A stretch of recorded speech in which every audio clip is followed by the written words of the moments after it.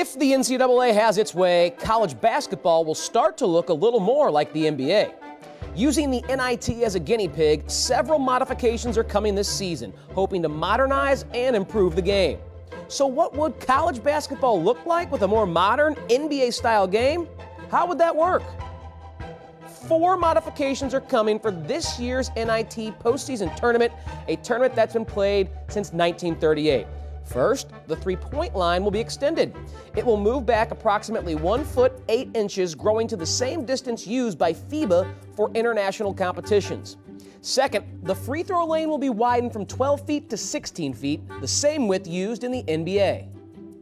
Third, the shot clock will reset to 20 seconds after an offensive rebound instead of the full 30.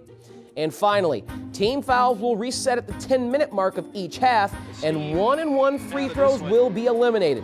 Teams will shoot 2 free throws after the 15th foul of each 10-minute segment. The first 3 of those changes were used during last year's NIT, so why continue them?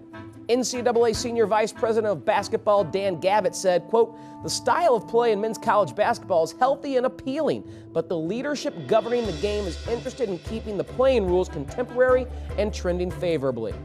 The NCAA is historically slow to change. After reducing the shot clock to 35 seconds before the 93-94 season, it took 22 years to reduce it to the 30-second mark starting in 2015-16. After that change, per KenPom, team scoring went from 66.9 points per game to 72.3, then settled at 71.8 this season. Team tempo jumped from 64.9 possessions per game to 69.1, where it has pretty much remained up until this season.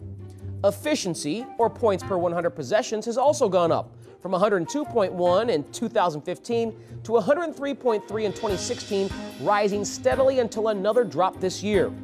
Are these drops concerning for the NCAA? When discussing this year's NIT changes, Gavitt added, "The experimental rules will help determine if a marginally more difficult three-point shot will be effective for men's college basketball, and if widening the lane will reduce physicality and create more driving opportunities."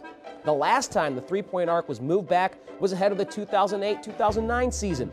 After an initial drop, three-point attempt percentage has increased during that time, but make percentage has remained relatively consistent up until this season.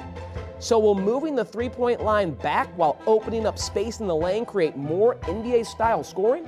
The NIT will be the first place these modifications will be tested, and if the conclusions prove positive for the sport as a whole, they most likely will be implemented, and that's how it would work.